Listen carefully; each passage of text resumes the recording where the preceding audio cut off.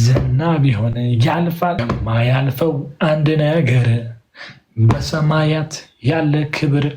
አንተ ማዘምር ኦኬ። መዝሙሩ ደብሮሽ ነው? ኖ ያልሰማሁትም ሲጀመር የሚያልፈው የሰማይ ክብር ነው። ከአንቺም ጋር ስለሚያያዝ አንቺ የሰማዩን ስለመረጥሽ መልካም ነው ብዬ ነው። ወይስ አልመረጥሽ?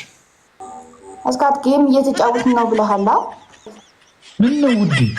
እኮ በቃ እንዴ ጌም እየተጫወትን ነው። ስለ ጌም በቃ ስለ ጌሙ እናወራ። በቃ እንደዛ ነው የሚመቸኝ።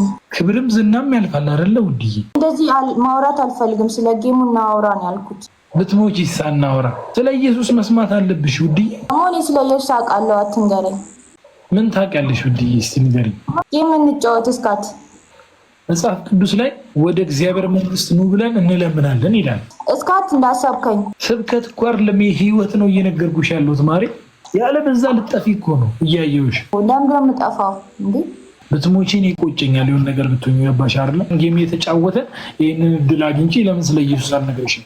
ሰው በጌታ በኢየሱስ ካላመነ ፍቅር የዘላለም ህይወት የለውም። እንዴት ታደርጊያለሽ ታዲያ? መጽሐፍ ቅዱስ ላይ መዳን በሌላ በማንም የለም እንድንበት ዘንድ የተሰጠን ከሰማይ በታች ሌላ የለምና ይላል። ከሌለ አንቺ መዳን የምትችይው በኢየሱስ ከሆነ ስለ ኢየሱስ ካላወራሁሽ ሲኦል ልትገቢ እኮ ነው። ልናወራ እኮ አይደለም ፕሮግራሙ። በጊዜው ያለ ጊዜውም ወንጌል ይሰበካል። እዛ እኔ ተናግሬ አንቺ ከፈለግሽ ደግሞ አልከተልም ካልሽ መብትሽ ነው። ወይ ጉድ! እስካትነት በቃ ሩሂ ቆይ እንዳታስውጭኝ ውዴ። ሩሂ ውዴ